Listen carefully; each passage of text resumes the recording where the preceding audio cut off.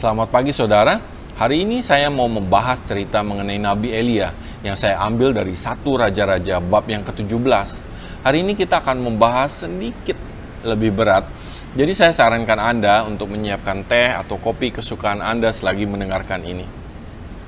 Dan hari ini saya hanya ingin membahas bagian pertama, yaitu dari ayat 1 sampai yang ke-6. Bagian kedua atau nanti selanjutnya akan saya lanjutkan di video berikutnya. Mari kita mulai. Ayat 1 dikatakan, lalu berkatalah Elia orang Tisbe dari Tisbe Gilead. Nama Elia sendiri itu berasal dari bahasa Ibrani, yaitu Eliyahu, yang artinya Yahweh is my God. Dan dipercaya Tisbe merupakan tempat kelahiran Elia. Dan Tisbe itu berada di daerah Gilead, yang sebagian merupakan wilayah suku Manaseh dan sebagian merupakan wilayah suku Gad. 2 di antara 12 suku Israel. Lalu berkatalah Elia orang Tisbe dari Tisbe Gilead kepada Ahab. Jadi latar belakangnya saat itu bangsa Israel dipimpin oleh Raja Ahab yang menikahi Izebel, putri Raja orang Sidon, yaitu Raja Etbaal. Orang Sidon menyembah Allah mereka, yaitu Baal. Dan arti nama Etbaal dari Raja Etbaal tersebut artinya adalah bersama Baal, atau dengan Baal, atau juga kepada Baal. Dan nama Izebel itu artinya di manakah pangeranku, yang merupakan seruan yang diperkatakan atau diteriakkan ketika upacara menyembah Baal. Jadi keturunan atau keluarga ini memang merupakan penyembah Baal. Dan setelah menikahi Ahab, Izebel membawa atau memperkenalkan Baal kepada Ahab, kepada bangsa Israel, sehingga bangsa Israel pun ikut menyembah Baal. Dan bahkan Raja Ahab mendirikan kuil Baal di Samaria. Baal dianggap sebagai dewa langit, dewa cuaca, sehingga sering pula dikaitkan sebagai dewa kesuburan karena hujan ataupun kemarau mempengaruhi hasil bumi mereka. Lalu berkatalah Elia orang Tisbe dari Tisbe Gilead kepada Ahab, demi Tuhan yang hidup, Allah Israel yang kulayani.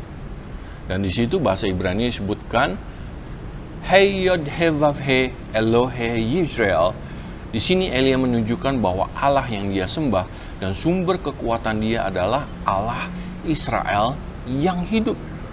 Tapi kata yang kulayani di situ sebenarnya kurang tepat. Kali ini di bahasa Inggrisnya lebih tepat, yaitu dikatakan before whom I stand.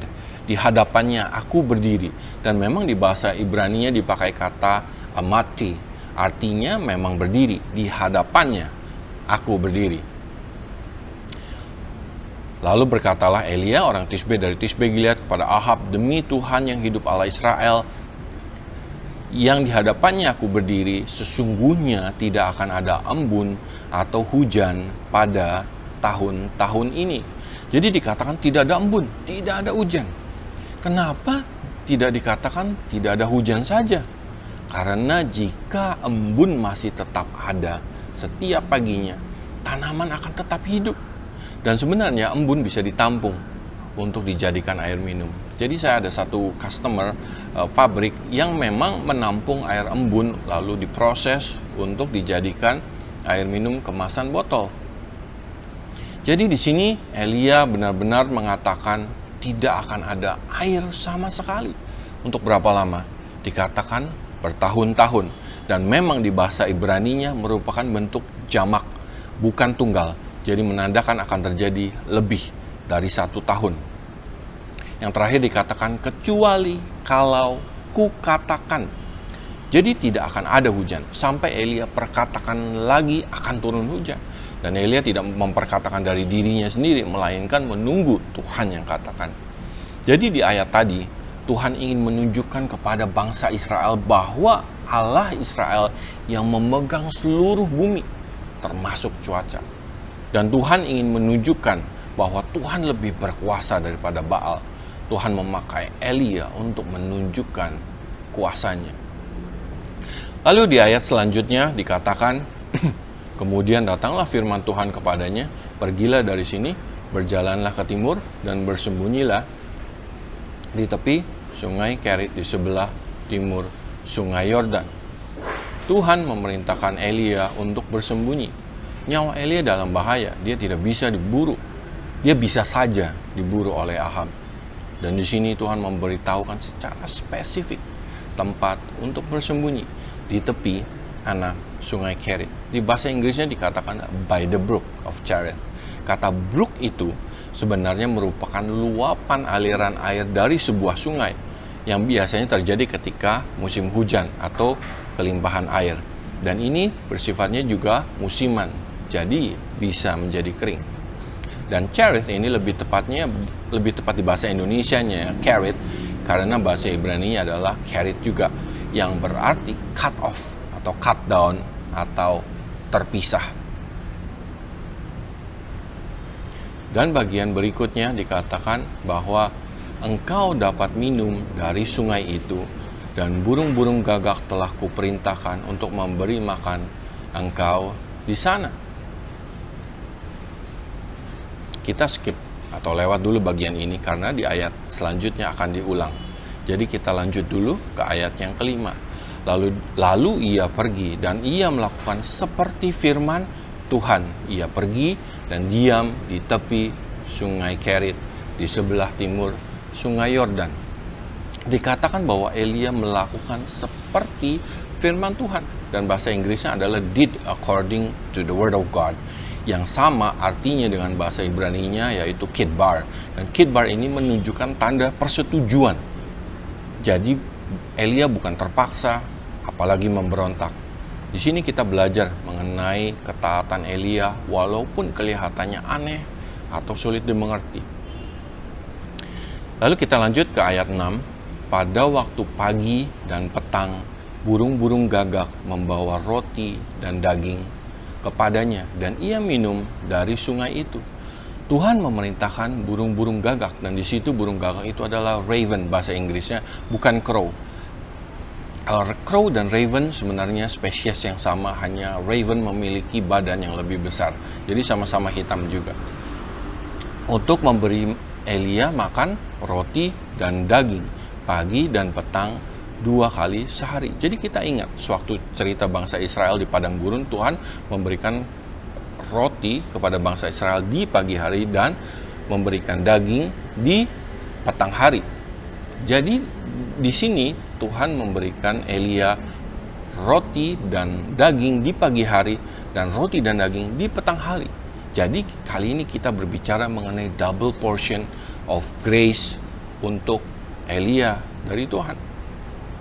Dikatakan di ayat sebelumnya bahwa Tuhan yang memerintahkan the raven untuk membawa makanan untuk Elia. Padahal di kitab Leviticus atau Imamat dikatakan bahwa raven adalah binatang yang tidak kudus atau najis. Jadi Tuhan pun bisa menggunakan binatang yang tidak kudus untuk membawa penyediaan untuk Elia, dalam hal ini makanan. Yang pertama itu roti. Roti di situ bahasa aslinya adalah lechem, dan lechem adalah kata yang sama yang digunakan di kitab Keluaran atau Exodus sewaktu Tuhan mengatakan akan mengirimkan roti dari surga. Tuhan mengatakan akan mengirim lechem dari surga. Lalu yang kedua itu meat atau daging dari kata bazar yang berarti flesh, yaitu flesh itu adalah daging segar. Dan ternyata raven adalah burung pemakan daging dan umumnya memakan bangkai binatang.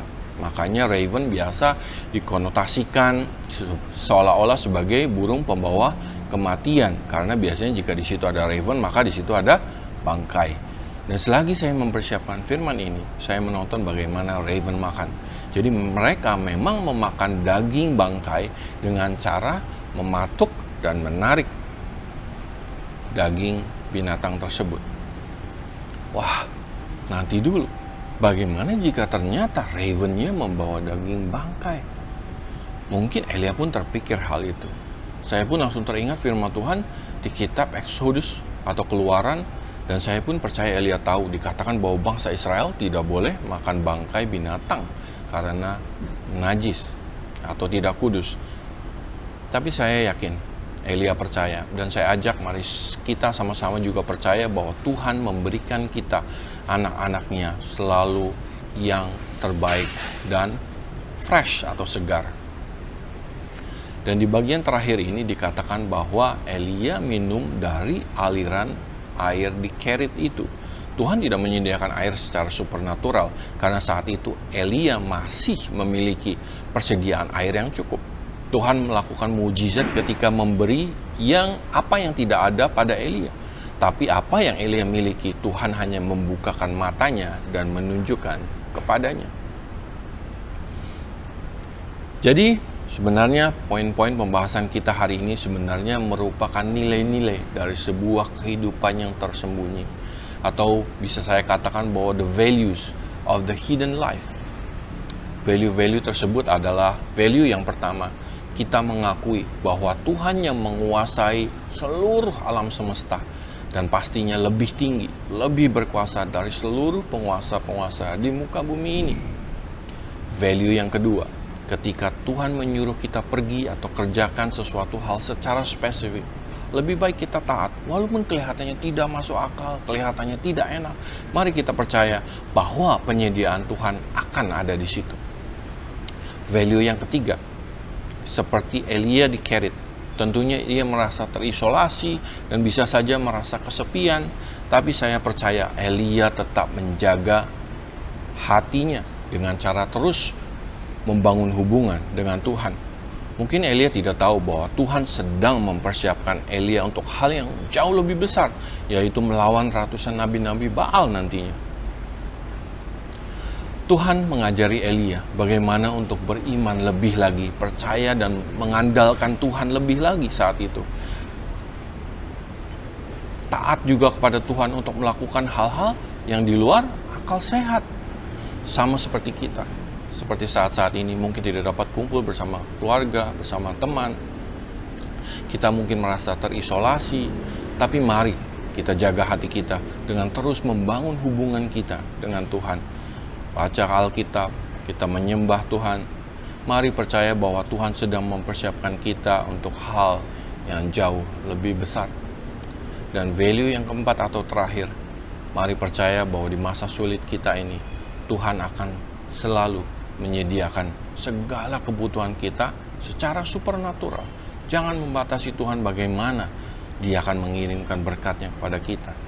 Dan mari kita melihat resource atau sumber daya atau hal-hal yang kita miliki yang ada pada kita. Walaupun sekecil apapun, kelihatan kecil, tidak berarti. Tapi mari kita bersyukur dengan apa yang ada pada kita dan percaya bahwa Tuhan akan gantikan atau bahkan tambahkan ketika habis atau kurang. Mari kita berdoa. Tuhan, saat ini kami berdoa, kami ucap syukur untuk firman-Mu pada hari ini. Dan hari ini kami berdoa, hal yang pertama Tuhan, bahwa kami saat ini mengaku bahwa Engkau adalah Allah yang menguasai segalanya, Engkau yang menguasai bumi ini Tuhan, dan alam semesta Tuhan. Yang kedua, kami berdoa Tuhan, bahwa ada Engkau yang memberikan kami hati yang taat Tuhan, ketika Engkau memberikan kami perintah untuk melakukan hal-hal yang spesifik yang mungkin menurut kami tidak masuk akal Tuhan, kami tetap melakukannya dan mengandalkan Engkau Tuhan. Dan yang ketiga Tuhan, ketika kami merasa tersendiri, kami merasa kesepian Tuhan, kami berdoa bahwa kami memiliki hati yang rindu untuk membangun hubungan dengan Engkau Tuhan. Kami rindu untuk membaca firman-Mu, kami rindu untuk menyembah Engkau Tuhan. Dan kami mau percaya bahwa Engkau saat ini sedang mempersiapkan kami untuk hal yang lebih besar nantinya. Yang terakhir Tuhan, saat ini kami juga berdoa Tuhan bahwa Engkau akan memberikan kami, menyediakan kami secara supernatural semua kebutuhan kami yang tidak ada pada kami Tuhan. Dan bukakan mata kami untuk melihat hal-hal yang kami miliki sekecil apapun Tuhan. Dan kami bisa bersyukur akan hal itu dan memanfaatkan hal itu saat ini Tuhan untuk kemuliaan nama-Mu Tuhan. Terima kasih Bapa, kami meteraikan firman-Mu di dalam hati kami dan pikiran kami di dalam nama Tuhan Yesus. Amin. Sekian untuk hari ini saudara, dan kita akan bertemu kembali di bagian kedua dari cerita Nabi Elia ini. Selamat pagi, Tuhan memberkati.